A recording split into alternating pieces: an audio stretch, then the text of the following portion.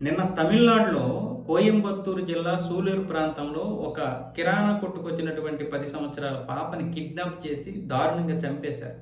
ఒక చెరువులో అమ్మాయి మృతదేహం ఈరోజు బయటపడింది. 10 సంవత్సరాల పాప. మనకి పిల్లలున్నారు. ఈ వింటే ఎంత బాధగా ఉంటుంది.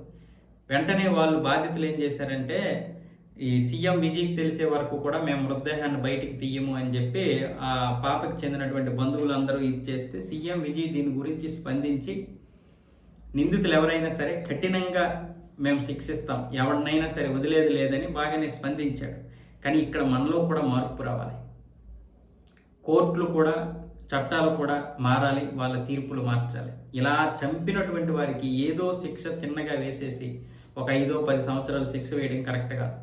చిన్నపిల్లలు చంపినా సరే, లేకపోతే దారుణంగా ఇలాంటి ఘటనలకు సంబంధించినటువంటి వారిని, అత్యాచారం చేస్తున్నటువంటి వారిని వెంటనే ఎన్కౌంటర్ చేయడమో, లేకపోతే ఉరిశిక్ష వేయడమో, లేకపోతే ఇంకా కఠినమైనటువంటి శిక్షలు వేయకపోతే ఇలాంటివి జరుగుతాయి. అమ్మాయిని మానభంగం చేయడానికా, లేకపోతే ఇంక దేనికైనా సరే, లేదా వాళ్ళ వెనకాల ఏదైనా మోటివ్ ఉంటే, వాళ్ళకి సంబంధించినటువంటి కక్షలు ఏవైనా ఉంటే వాళ్ళు చూసుకోవాలి. చిన్న పిల్ల మీద చూపిస్తారా? ఒక చిన్న పిల్ల మీద. ఆ పాప కిడ్నాప్ అయినప్పుడు ఎంత భయపడి ఉంటుందో ఆ తల్లి. చంపడానికి వాళ్ళు చేసేటటువంటి ప్రయత్నాల్లో కూడా ఎంత భయపడిపోయి ఉంటుందో ఊహించుకుంటేనే అసలు భయం వేసేస్తుంది.